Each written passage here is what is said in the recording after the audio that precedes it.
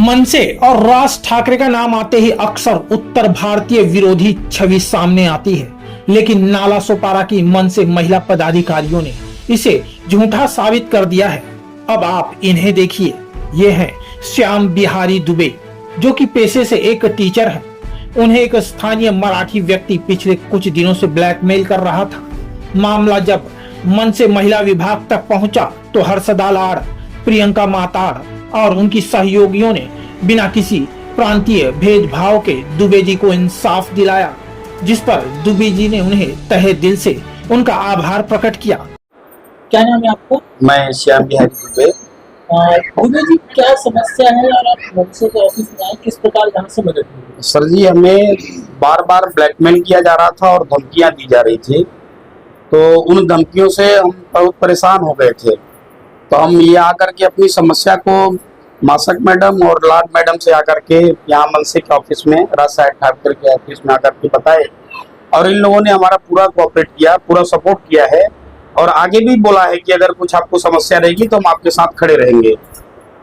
आज आप उस समस्या से पूरी तरह निजात पा चुके हैं? हाँ, तो फिलहाल हम पा चुके हैं पूरी तरह से सिंधी हिमायत।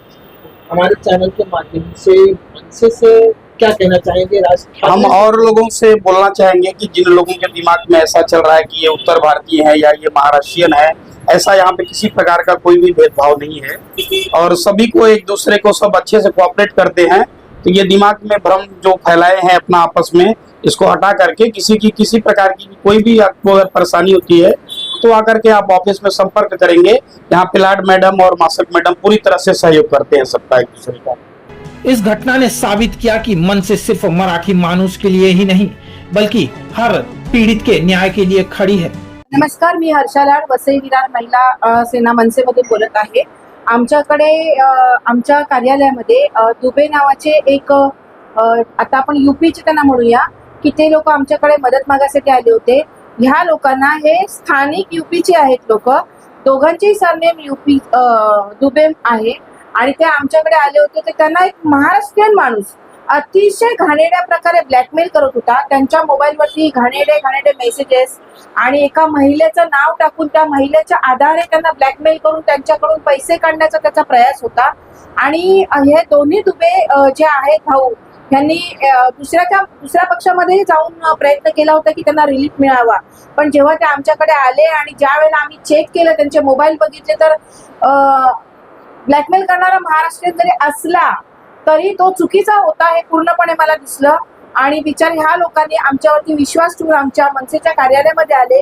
आम्ही तो प्रॉब्लेम महिला सेनानी एका दिवसामध्ये सॉल्व्ह केला आणि त्या प्रकरणामध्ये जर ह्या दोघांनी ठरवलं असतं तर फार गंभीर प्रकारचा गुन्हा सुद्धा नोंद होऊ शकत होता। त्यावेळेला आम्ही हा विचार नाही केला की ब्लॅकमेल करणारा हा महाराष्ट्रीयन आहे आणि हे परप्रांतीय आहेत, ही भाषाच आमची नव्हती। ते आमच्या महाराष्ट्रात आले, ते आमचे बंधू आहेत। अशा परप्रांतीयांचा आम्ही आदर करतो आणि याही पुढे जे आमच्या महाराष्ट्र नवनिर्माण सेनेवरती विश्वास ठेवून आहेत त्यांना आम्ही परक समजत नाही। परंतु सुनील शुक्ला नावाचा एक नेहमी भुकत असतो, सुनील शुक्ला तू उगाचच भुकला, आणि त्या यूपी बिहारी लोकांच्या मनात महाराष्ट्र नवनिर्माण सेनेबद्दल एक विष पेरत आहे। पण आम्ही म्हणतो, अरे असे येणारे परप्रांतीय हे आमचे भाऊ आणि बहीण आहेत, ज्यांनी महाराष्ट्राला समजलं आम्ही त्यांना समजणार, ते आमचे भाऊ बहीण। अशा हजारो सुनील शुक्ला आले ना उभे तरी ते काहीच आमचं वाकडं करू शकत नाही। नाला सोपारा से क्राइम रिपोर्टर्स टीवी न्यूज की एक रिपोर्ट।